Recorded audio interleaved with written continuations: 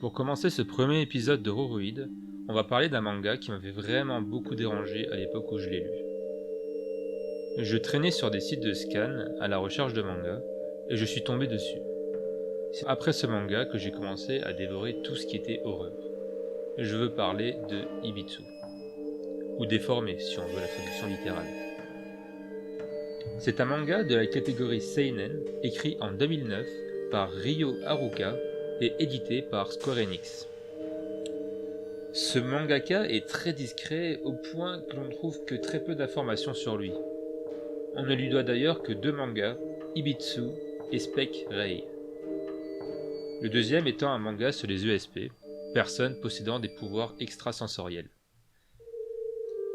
Ibitsu est un manga divisé en 2 tomes de 13 chapitres. C'est donc presque un one-shot.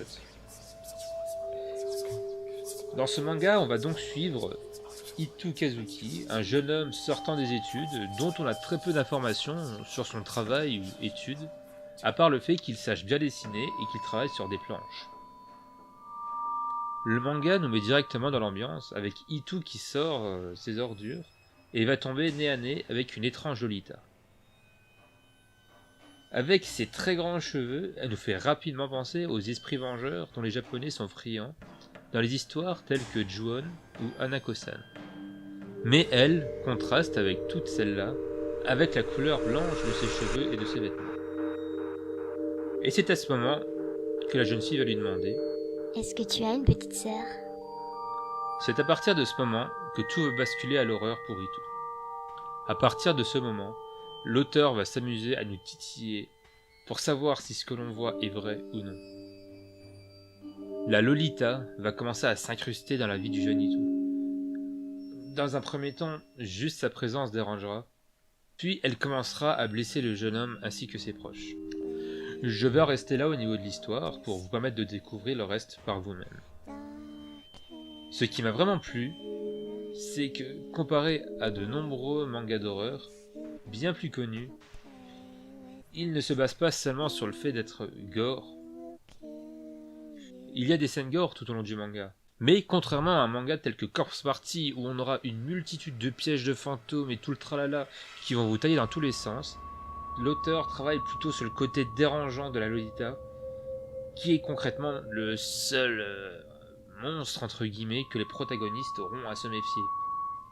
Dans certains points, le manga part même dans le domaine du très grand Junji Ito, qui savait mélanger à merveille le malsain, le dérangeant avec le gore. Concrètement, comme dit plus haut, c'est un manga qui me tient vraiment à cœur, puisque c'est lui qui m'a introduit dans le monde de l'horreur. C'est après cela que j'ai commencé à rechercher d'abord d'autres mangas, et tomber sur des perles telles que Dragon Head de Minetaro Mochizuki, ou alors Spiral de Junji Ito. Mangas qui passeront très certainement dans cette émission. Puis après, j'ai commencé à regarder des films, les classiques comme Shining, ou bien des remakes comme The Grudge, sur lequel je vous ferai une vidéo expliquant pourquoi je le préfère à Ju-On. Et même Rake, qui est pour moi un des films les plus effrayants que j'ai vus. Après, étant un grand fan de romans, je me suis mis à rechercher des romans d'épouvante, en passant bien sûr par l'incontournable Stephen King, puis des écrivains plus anciens comme Lovecraft, Sheridan Le Fanu, ou alors bien sûr Edgar Allan Poe. Et enfin, je me suis intéressé à l'horreur en général, découvrant tous les jeux, légendes urbaines, creepypasta, et j'en passe. Tout ça pour montrer que je dois beaucoup à ce manga.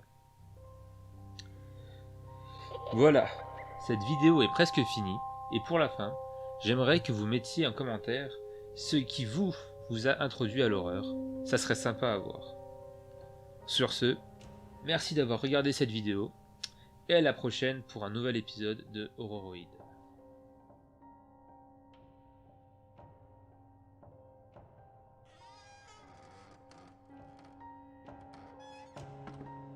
Hey, tu as entendu parler de la légende urbaine sur l'étrange Lolita ? Non. À minuit, une fille habillée en Lolita apparaît et te pose une question. Si tu réponds à cette question, elle viendra pour devenir ta petite sœur.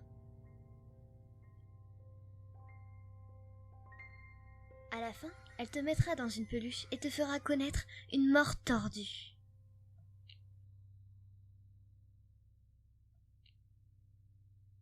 Hé, tu veux une petite sœur ?